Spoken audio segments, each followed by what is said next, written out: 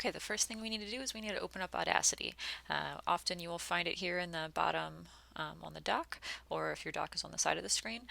But it looks like a headset with audio waves through it.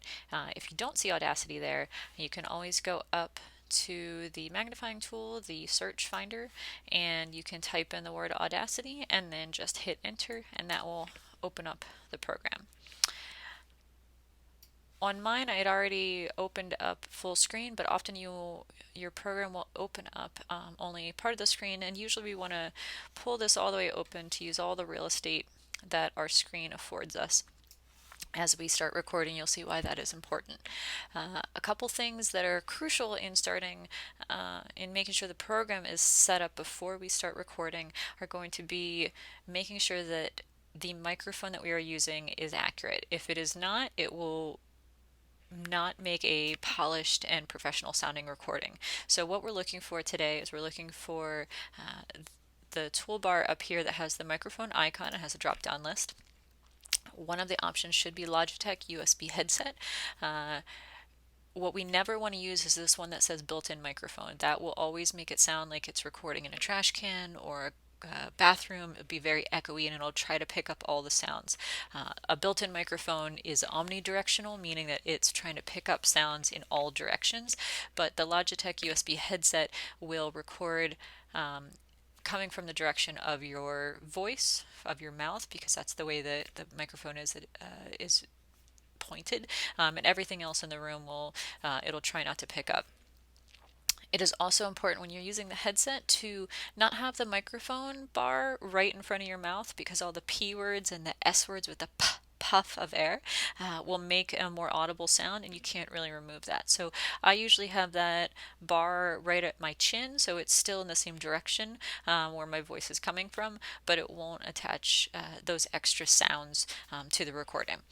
If you're using a podcast room, this one that says Scarlett is an option, and that is the one that will allow you to use the two mic stands that are in the room. So especially if you're having more than one person speaking, or you just want to try using the more professional recording devices in the room, you're going to be using the Scarlett box. And on that, the Scarlett box itself has mic sensitivity dials, so you will adjust how sensitive your mic is through the red box that's in the podcast room. But for today, we're going to be using the Logitech USB headset. Here we have a couple different options. One is where it says mono recording. For this, if you're just using the headset, you don't need to make that adjustment.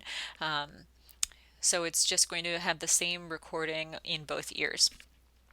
What we do need to make an adjustment here is the built-in output, especially if you're in a lab.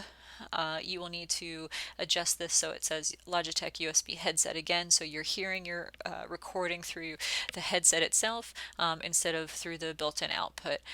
If you're in the podcast room, the Scarlett box has to have a headset attached to it for it to play output. So again, what we want for today is we want Logitech USB headset for both of these. And then the final part in getting this all set up is going to be this area. You're going to be looking for the microphone icon and the speaker icon again, but you're going to have slider bars next to them. And this is specifically how sensitive your microphone is. So for this, we're going to make an adjustment depending on how loud we're speaking. So today, I'm not speaking particularly loudly, but in classes often I will be talking much with a higher volume to make sure that people in the back of the room can hear me. So sometimes what I'll end up doing is starting maybe 0.75 and doing a quick recording. Again, not just saying test, test, test, but recording an actual sentence from or two from my script and speaking at a comfortable level. And if it sounds too quiet or it sounds too loud, you can make that adjustment and make it more or less sensitive. And you may also need to position the microphone bar on the headset a little bit differently. The other one is just how loud it plays in your ear. So again, if it's way down, that will not make sense as to how loud the microphone sensitivity was. So generally you want it to be about the same, and that should give a pretty accurate portrayal of what the level will sound like. So once we're ready, we're going to be using these main tools over here on the upper left hand corner. So the red circle is record. You also have pause, which is here, play, the stop, and then rewind and fast forward. When you are recording, if you hit stop, it will actually stop the entire recording. And depending on which version of Audacity you're using, it may or may not allow you to record on the next track. And if you hit pause, it will allow you to continue recording on the same track, but it won't allow you to listen to your recording to see if there's anything that needs to be adjusted first. It'll also gray out a lot of the options, which I'll show you what that looks like. So if the program at any point seems like it's frozen, first look to see if you have paused the program, and likely that is the reason. So what I'm going to do is I'm going to hit record, and I'm going to wait half a second. So it doesn't cut off the first syllable of my voice. I'm going to record what I can without making a mistake. And for today, I'm just going to record something from memory. I'm going to record part of a children's book. And otherwise, you could also open up the screen and have part of your Word document or other website up on the other half of the screen, so you could record while you're reading it. Otherwise, you can have a paper document. The night Max wore his wolf suit and made mischief of one kind and another. His mother called him Wild Thing, and Max said, "I'll eat you up." So he went to bed without eating anything. Okay, so you can see that my first track is recorded. As we're looking at the audio waves here, it starts out small, and you can see the range with my voice inflection. I had some intentional pauses in here, so that's where you're seeing the flat line. The flat line is essentially no sound, but really it's still capturing a little bit of the background sound of whatever the room sounds like. So if I wanted to listen here, the night Max wore his wolf suit and made mischief of one kind and another. His mother. Okay, so I think my voice sounds a little bit sharp, so I would maybe, even though it doesn't look like it's too big here, I would maybe pull down the mic sensitivity just a little bit, maybe also how loud it plays. And I would listen through. What you don't want to see, this line's fine for the most part, it's one spike, but you don't want to see big blocks of blue where it's hitting the upper and lower threshold here. That means this mic is way too sensitive and it's just not going to sound clean and nice in the recording. So again, I would adjust these recordings and then try it again and see how it improved the sound. A couple other things that we can do. So right now we're using this is our little tool palette up here, and so this one is our selection tool, and it looks like the eye just that you would see in a Word document.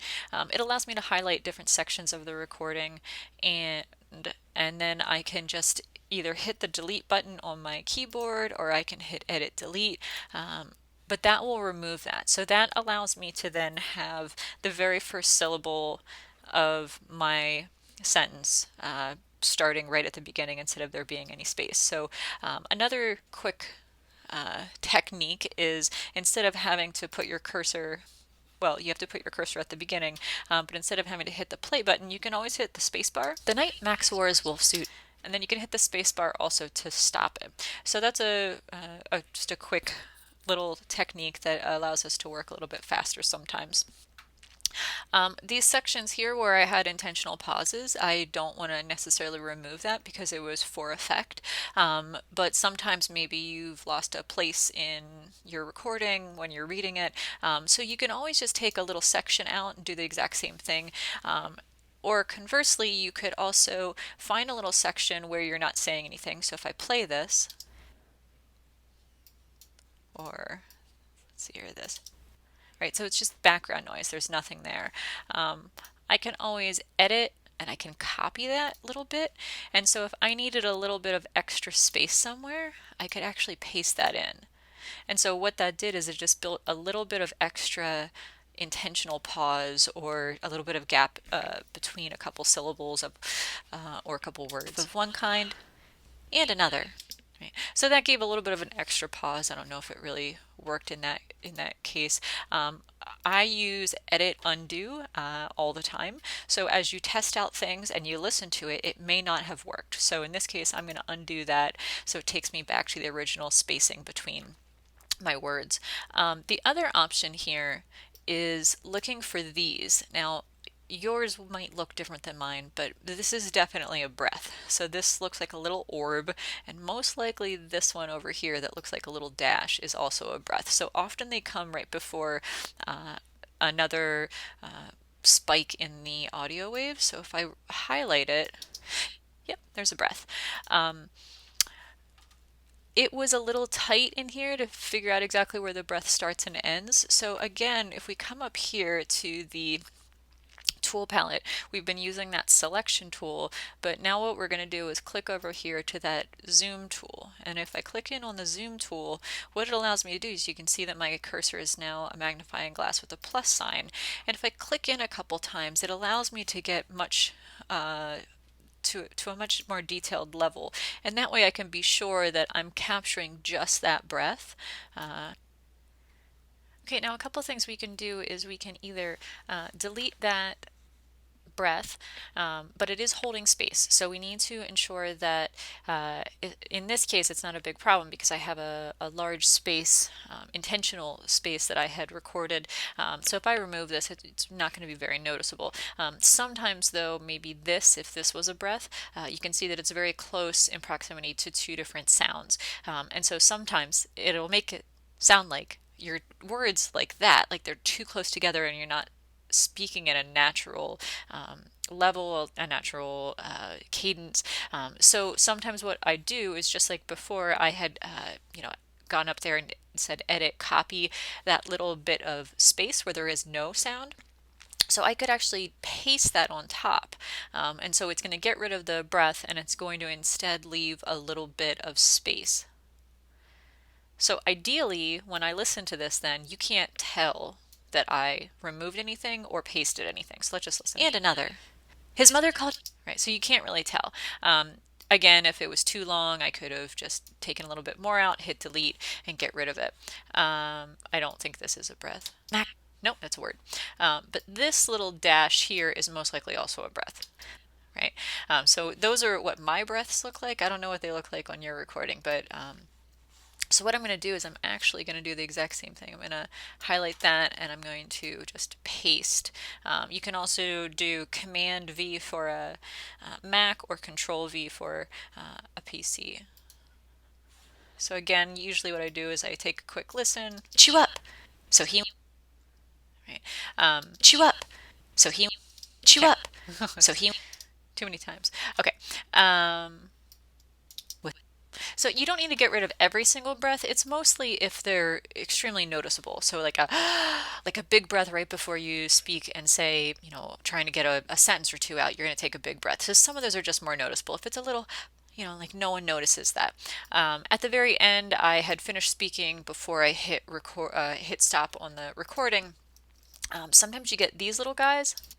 And it's actually the click of me stopping the recording and actually recorded that sound. And that's just a little thing that's noticeable that you can get rid of. So I get rid of any of this extra dead air, useless sounds at the end, and it just makes it a little bit cleaner. So again, I'm going to delete that. So that is the main process of listening to it. Again, up here I had used that zoom in tool. You can hit the shift key, and if you look at my cursor, it will change to a negative. And what that allows you to do, obviously, is you're allowed to expand and contract the view here. This zoom in and out tool allows you to keep your focus on one particular area. So for instance, if I wanted to focus on this particular area of the recording and I hit zoom out, it's going to keep it kind of in that area. It works better on the zoom in section. As you can see, when I'm zooming in on that, it's keeping it in there in that view. In this one up here, you can use the exact same zoom in and out, but it's not keeping a focus. It's just in general zooming in and out. This helps as I said before, when you're really trying to zoom in on a particular sound to remove it or to edit it. But other times you really want to be able to see the entire recording all in one view. At this point, we only have 10 seconds, so it's not like it's a lot of work that we've put into it. But I do need to find the end of my recording, and zooming out and getting to this point is the easiest way. So what I'm going to do is I'm going to toggle back here to the selection tool, and what I'm going to do is I'm going to put my cursor right after the end of my recording, and it will allow me to then hit record and continue to record here. Like I said, if you have different versions of Audacity, sometimes it will allow me to continue to record. The newer versions allow me to continue to record on this track. Otherwise, what it will do is it will create a new track underneath it and staggered. So that's always why you need to ensure that your cursor is after the end. Otherwise, it'll start recording underneath while another recording is playing, and that's very confusing, and obviously you can't record a very good recording that way. All right, so I'm going to do the exact same process that I did before. That very night in Max's room a forest grew, and grew and grew until his ceiling hung with vines and the world became the walls all around him. All right, that didn't work out because I made a mistake. So I'm going to hit delete on that. I'm going to try it again. That very night in Max's room a forest grew, and grew and grew until I made a mistake again.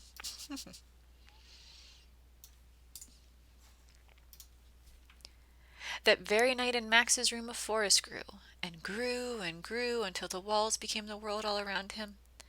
And an ocean tumbled by with a private boat for Max, and he sailed off through night and day, and in and out of weeks.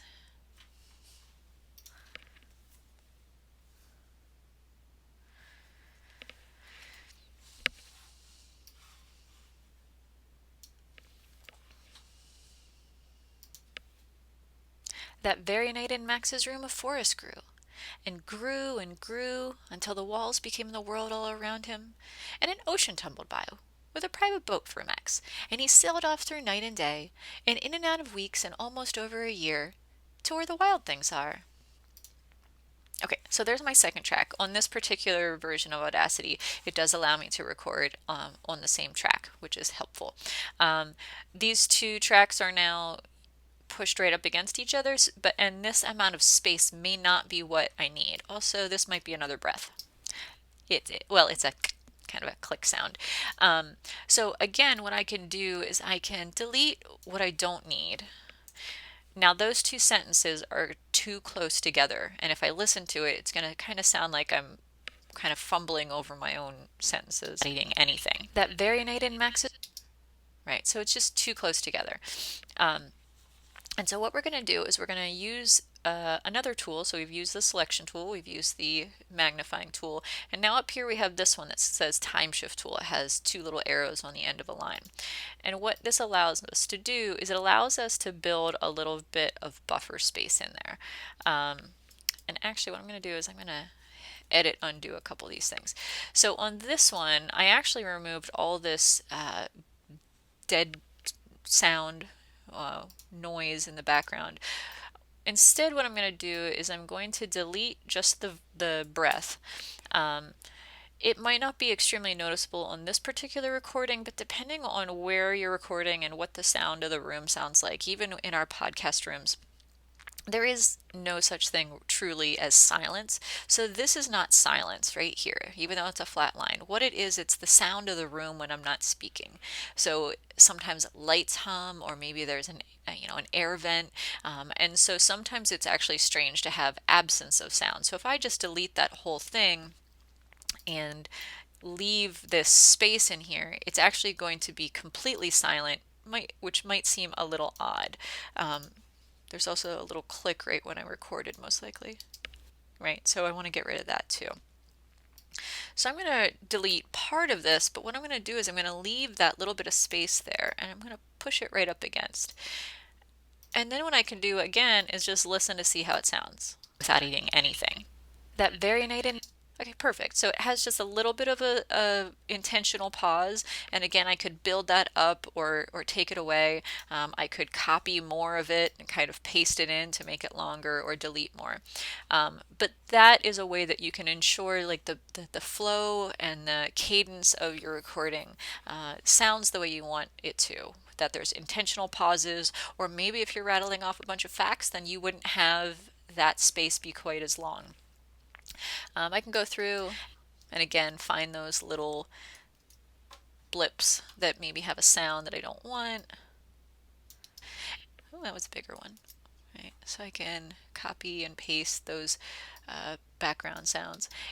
Right, and again, you don't have to get rid of every single one of those, but the more sounds that are not required, that are kind of distracting from your story, the more professional your recording is going to sound. And again, I have probably a little click at the end here, right? So I'm going to delete that too. So overall, we're getting the whole flow down. I have my microphone at the right sensitivity that I like. I've gotten rid of a lot of the sounds that are maybe things that I don't like. One other thing that I want to show though is maybe let's pretend that at the end here my voice kind of trailed off a little bit, or like it just wasn't the same level, or maybe there's a lower sound in here when I wasn't speaking quite as loudly. So the other thing that I can do is I can highlight a portion of my track, or I could highlight an entire track. Sometimes this is important, especially if you have two different people on your podcast and you have two different competing voice levels. So it's important to have consistency, and so it's not jarring when a new voice comes in, or that one voice is boisterous and very loud, and then the other voice is so quiet that you can't hear what the person's saying. So what I'm going to do is I'm going to highlight a portion of this track, and up here under tools, sorry, up here under effect, are a series of different options. Don't get overwhelmed with this, because the core ones that we work with, we're going to work with equalization, we're going to work with fade in and fade out, and that's pretty much it. Sometimes maybe we use this noise reduction, but overall right now what we're going to do is we're going to use equalization. So again, highlight a little portion of your track first, then go to effect and equalization. And what this does is it puts a green line right here at 0 decibels. I could grab that line and I could push it up, or I could push it down. Sometimes what happens is if you click it once, you see this little tiny dot that happened. If I then try to move it up or down, it does some weird warping to the line. If that happens, there's a little button down here that says flatten. It'll just put us right back at 0. And then we can just push it all up or down at the same time.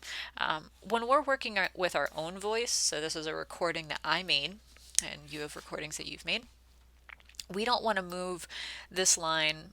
My standard recommendation is to not move it more than 6 decibels either way. I mean, if you took it to 9, not necessarily saying that you could hear it, but especially if you're trying to amplify that voice, it's going to amplify your voice, but it's also going to amplify all those room sounds. So it's going to amplify, the air handler or the buzz of the light, and so you're going to notice more fuzz as you increase this. So if you whispered a recording and now you want it to be really, really loud, it's better just to re-record. But if you just needed to take it up a smidge, you could just put it 3 or 6 decibels. When I hit OK, you can watch this audio wave and it's going to actually get bigger. Visually, it's going to be noticeably bigger. So if I hit OK, it's much larger in visual, but you can also hear it. And so this is where you want to make it so it actually just blends with the previous recording, and this is probably going to be jarring because I increased it by 6 decibels. And in and out of weeks and almost over a year to where the wild things are. Actually, that one didn't sound so bad because I was ending it, and maybe I was ending it on a slightly higher tone, and so in that case, it didn't sound strange. Also, because I had put this intentional pause, and it was like I was saying two different sections of my sentence. But if I was, to basically change it right mid sentence, it might sound a little bit more odd.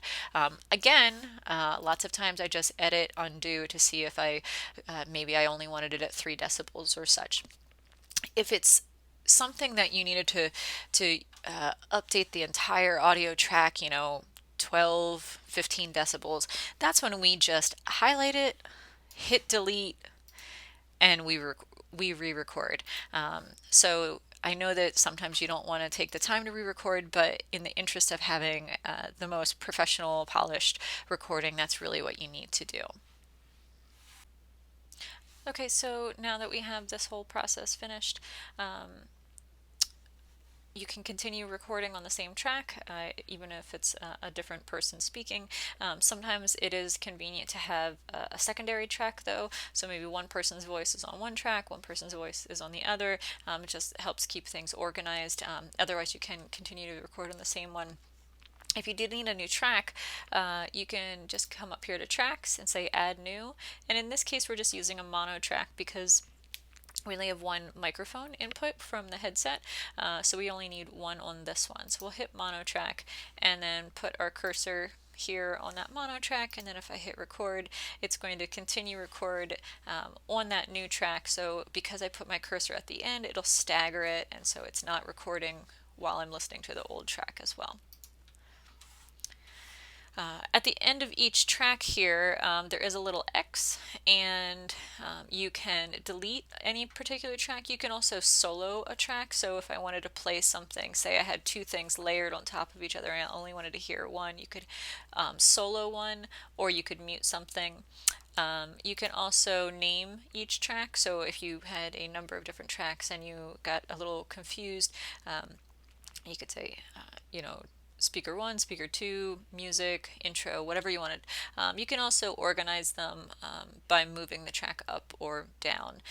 So those are the main uses for this. I'm going to delete this track because I don't need it. And something important to do as we go along here, so before I go on to the next step, I'm going to show you that we should be saving this. So what we're going to do is we're going to do File, and we're going to do Save Project. And so it will give us this warning, and it'll say that we're going to save it as an Audacity project, and it's not an exported audio file yet that can be played in iTunes or on a phone or anything like that. So we'll just hit OK. And then it will give us where we can title it. Here's where it is trying to drop that file. Documents is fine. Sometimes it does choose a folder called Audacity, and that is the applications folder for that particular program. We don't want to send it there. Often I just send it to the desktop just because it's easily retrievable and I can find it very quickly.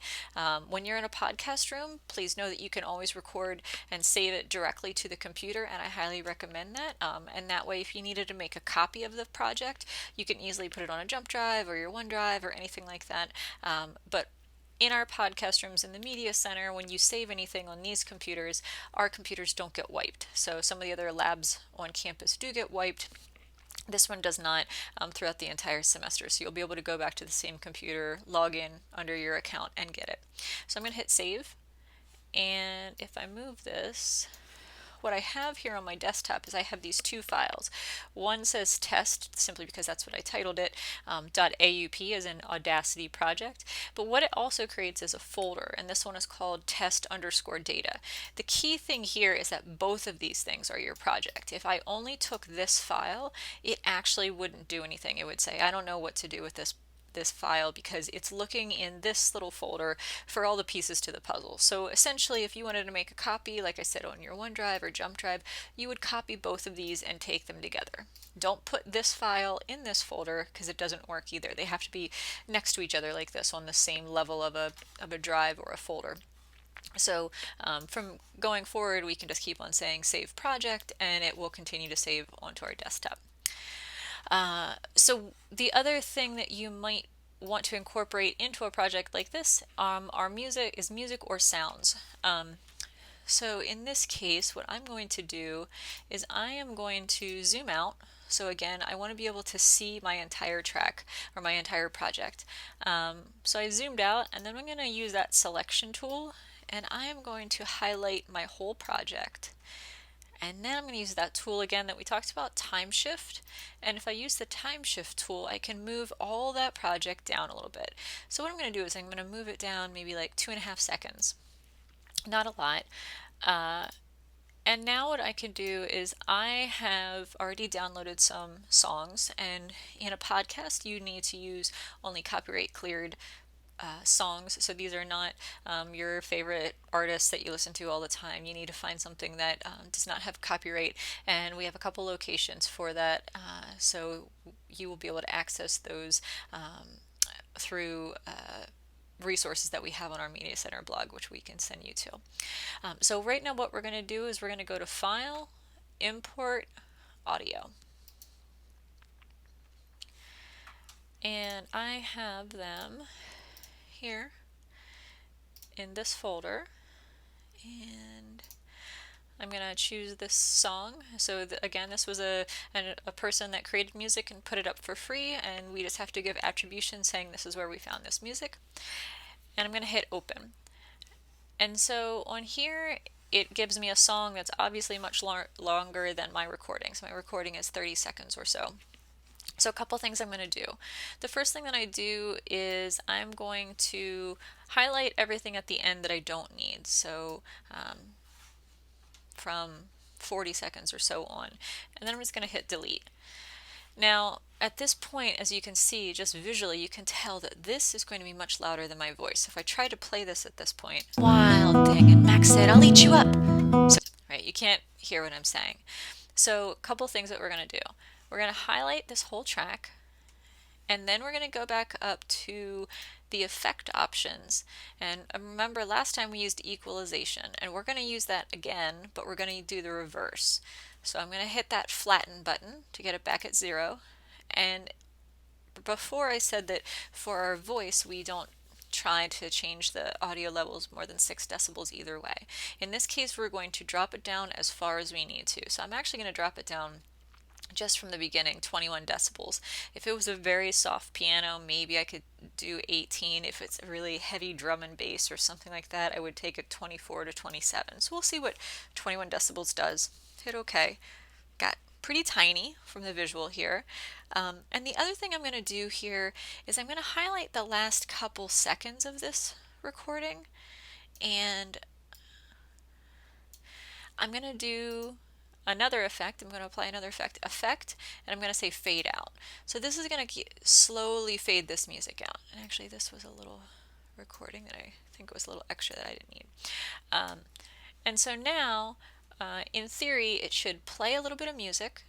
My voice should come in, but hopefully the sound is at a quality, a level that you can hear my voice. So the key is to always be able to clearly hear your story, and that whatever music or sound effect you have, it's just a subtle undertone, because we don't want to have to mentally strain to try to hear what you're saying, and that's not really adding anything, music wise. It's not really enhancing your project at all if we can't hear what you're saying. So the key is working on listening to you. So if I hit the back button and hit play.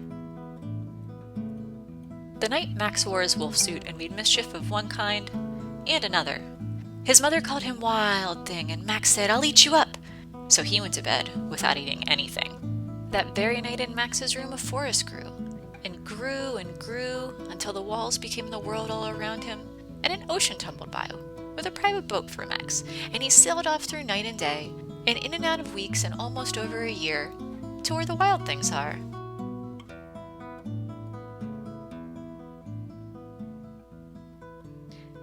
Okay, so you can see that, that was 30 seconds, and overall it blended pretty well. I think maybe in this little section my voice was a little bit quiet, so maybe I would, use equalization and boost my voice just a tad bit in here, just to make sure that everything's pretty level, but overall it came out okay. Maybe a little bit of a tweak to some of the levels would just enhance it and make it a little bit more professional.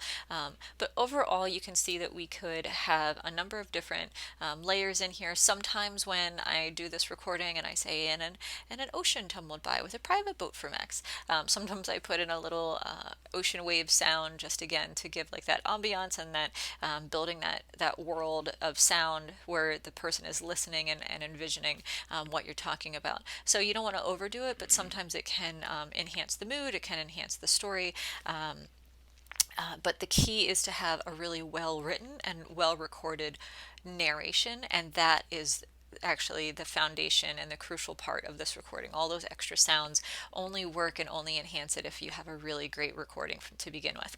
What I'm going to do is I'm going to do my save project again. Since I've already saved it once, I don't need to put in a title or anything, but you will want to, save that periodically to make sure you don't accidentally lose anything. And now that we're all finished, what we're going to do is we're going to do File, but instead of just saving it, we are actually exporting this. We're going to export this as an MP3 file.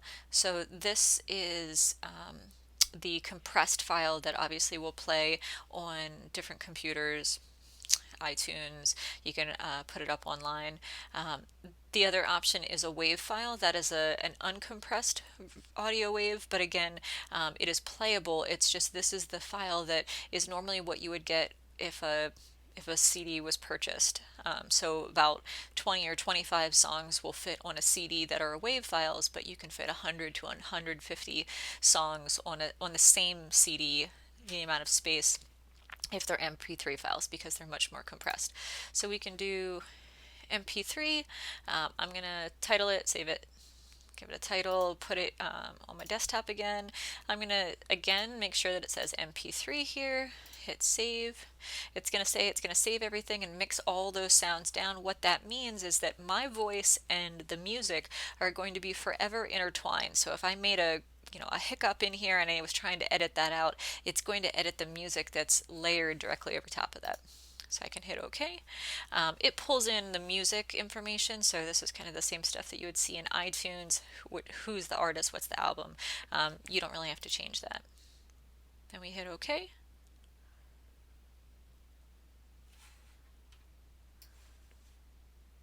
And here we are. So we have this file right here. And you can see that this one even has a little play button. So if I hit it, it should play it right away. The night, right? And that's exactly what you want. You want to verify that the file is playable, then you should be able to upload this to Moodle.